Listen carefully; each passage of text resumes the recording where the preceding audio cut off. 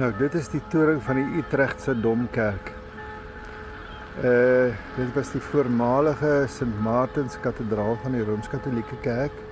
En toe die reformatie na Nederland gekom het, is dit gekonfiskeer deur die protestante.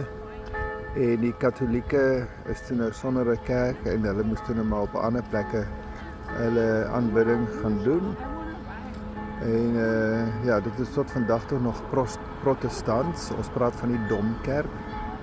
Domkapitel, dit is in die ou dae was dit nou 'n Romeinse betiteling vir iemand wat hoog in die kerk op is en setel gehad het. So dit het nou maar gebly vir die protestante ook, die Domkerk. Maar daar is nou nie meer 'n ding soos 'n Domkapitel nie. Chief in charge nie. Dis nou maar die gewone protestantse predikant en so aan.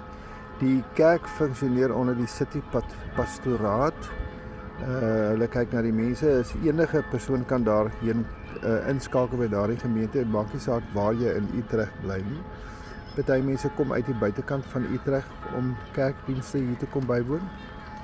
En as ek dit reg het, is dieselfde situasie ook met die Jakobikerk waar ek nou die dag in die kerk was. Ja. Maar in elk geval, so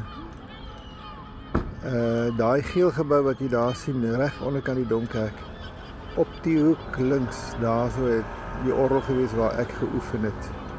En ek het baie ure daardeur gebring, baie wonderlike dae in Utrecht gehad. So dit is hoekom ek aanhoudend terugkom as ek kans kry om na Utrecht te kom. 'n pelgrimstog, iets vir my siel hou.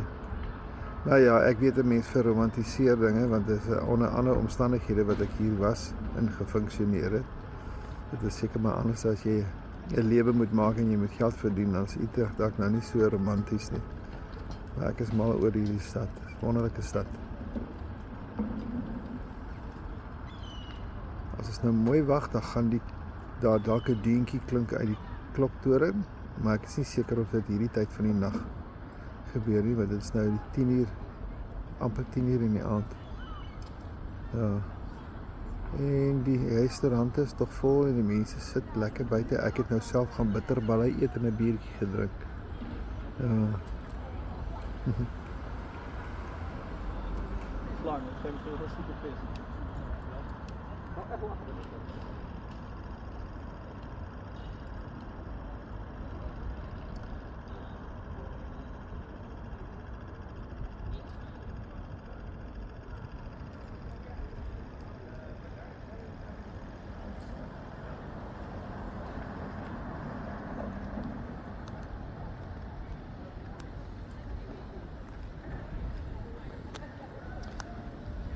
Ek moet daar stap, daar is my blyplek.